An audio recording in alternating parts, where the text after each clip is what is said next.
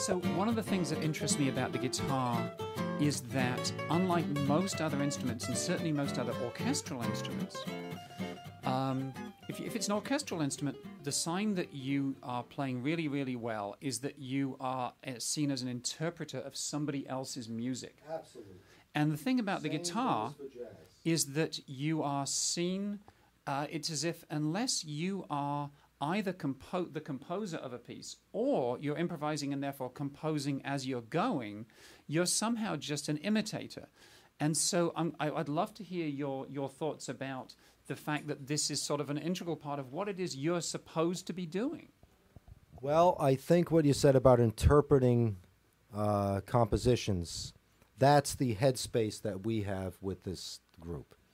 Whether it's a Mozart or a Bach or a Rimsky-Korsakov or a Django tune or a Gershwin tune or a good old standard or Sweet Georgia Brown or a Zappa tune or a Paul Simon tune, you know, it really spanned the gamut. But we try to interpret that song by doing something a little different with it, number one, trying to come up with something special, and not copying the way anybody did it. I will steal things, but I'll never copy.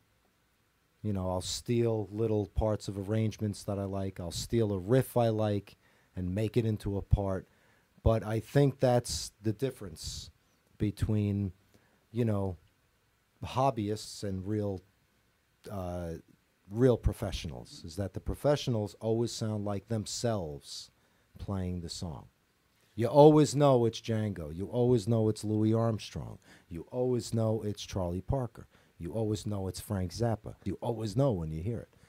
Can I ask you to take a phrase or a passage and from somebody else and then show how you have said, okay, I'm going to do this differently. I'm going to make it mine. Okay, for instance, if there's a, say the beginning to the Charlie Parker song, Scrapple from the Apple. I'll take that and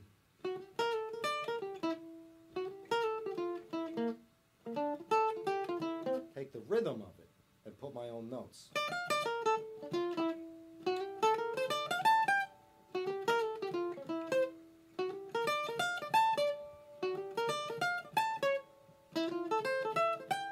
Same rhythm as Scrapple from the Apple, but now I just made it into my own phrase.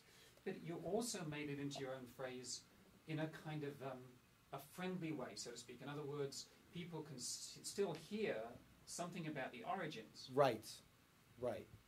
What I like to do too is, especially on the guitar, is take things that, let's say, Django did with the vibrato.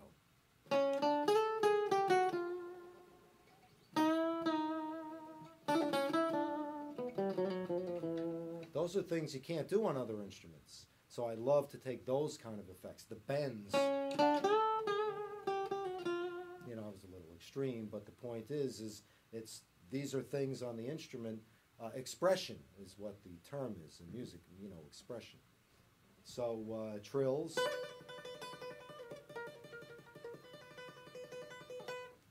Appoggiatura. Is that an appoggiatura?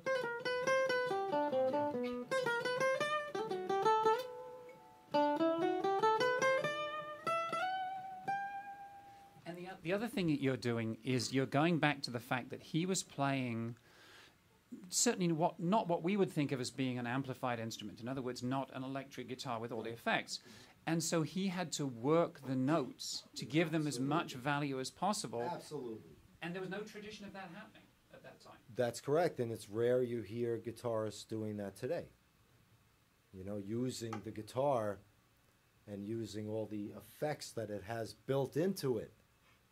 You know, I mean, a tremolo, well, that goes to the right hand, too. I mean, the right hand is, you figure you pick near the bridge, listen to all the different sounds you can get just between the bridge and the pickup.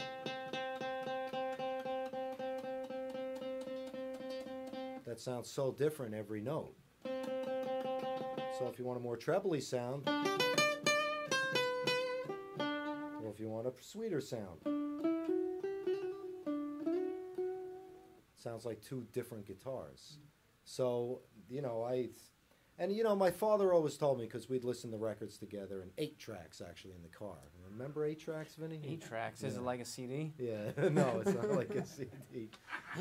And I remember him, you know, when we would listen, he would say, you know, don't, you know, when you're playing along with the records, he said, don't copy what Django's doing. He said, emulate what he's doing. Emulate the feeling that he's getting out of the music.